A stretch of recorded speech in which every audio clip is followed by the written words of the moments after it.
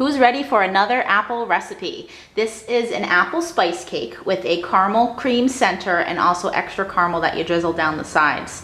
And the recipe is an adaptation from a Taste of Home recipe.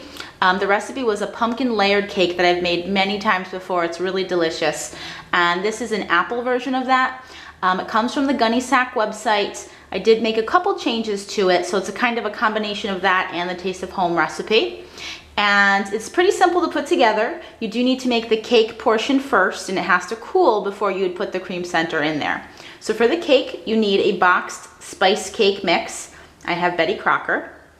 You need a half a cup of milk, 4 eggs, a third of a cup of oil, 3/4 of a cup of applesauce, and also an apple that you're gonna dice up really small. The first step was to mix all of the ingredients together except for the apple, and I did dice up the apple. This is 1 apple right here. And all you're gonna do is fold it into the batter, and that's it. The cake is ready to go in the oven at that point.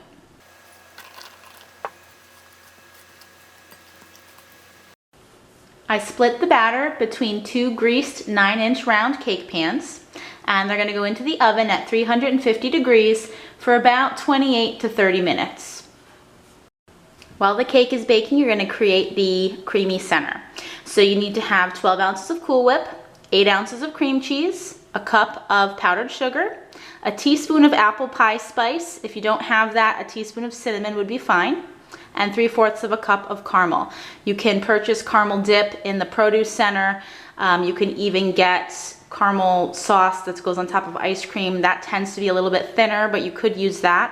Or you could even melt down your own caramels, like the Kraft caramels, with a little bit of milk and create your own caramel sauce. So you need 3/4 of a cup of that. So you're gonna start by mixing the cream cheese and the powdered sugar together. You're gonna add in the apple pie spice and the caramel. And then finally, you're gonna fold in the whipped topping. The cream cheese and powdered sugar have been mixed together. Now I'm gonna add in the caramel and the apple pie spice. Finally, I'm gonna fold in the whipped topping. The center is done and the cakes are out of the oven, so once they cool, they are gonna be cut in half. So you're gonna end up having 4 pieces rather than just 2. I sliced the cake, and now you're gonna take 1/4 of the cream filling and put it on this layer, and then continue to just build up. Put the next layer of cake, put another 1/4 of the cream filling, and continue till you get to the top. Once all the layers are finished, the final step is to drizzle some caramel across the top. Also, you can put any sort of nuts that you like. The recipe online used pecans. I'm going to use walnuts, just personal preference, but either should work out nicely. That's it, it's all set. I made a mini one for Sean to taste because this one's for a party, so we can't dig into it yet. I did put the paper under the cake, and that's because, see all the caramel that kind of came down while you were drizzling it on? You can just peel this away, and then it's nice and clean underneath. So that's just a little tip, something you're gonna wanna do, because the caramel does get pretty messy when you drizzle it on. Okay, it's taste test time. Moment of truth. The dogs are waiting, hoping you drop something. Yep. Ready? Yep. So I made a little mini one because I didn't want to cut into the actual cake yet.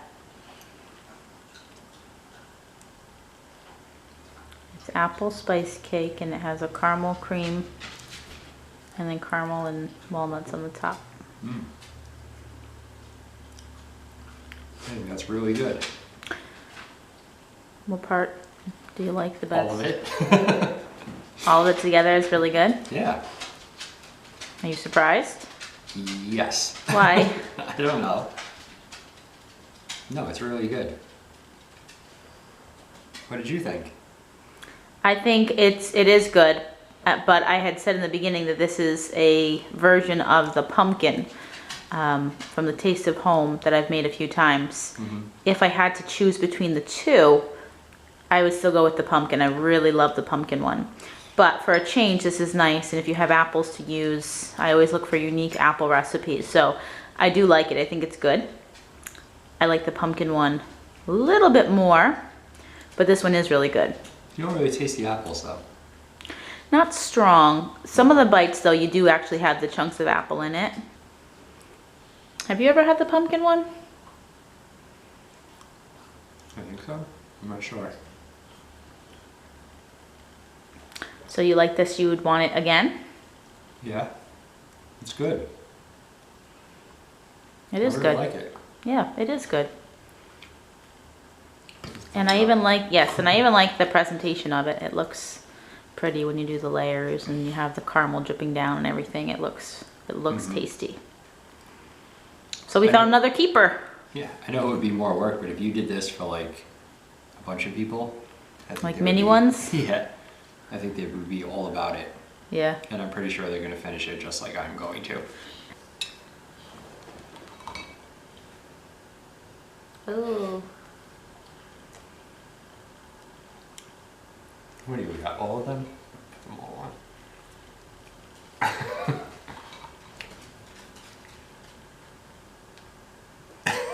It's the little things that entertain us. It is.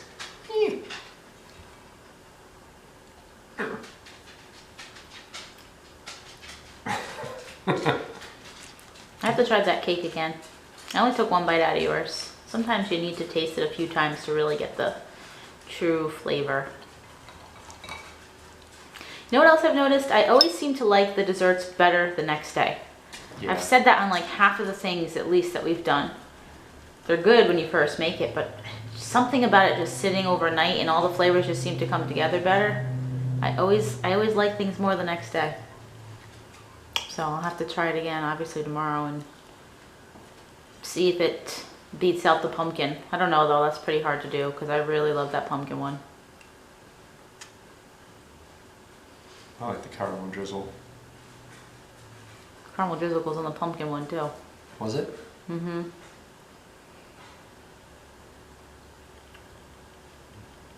This is really good.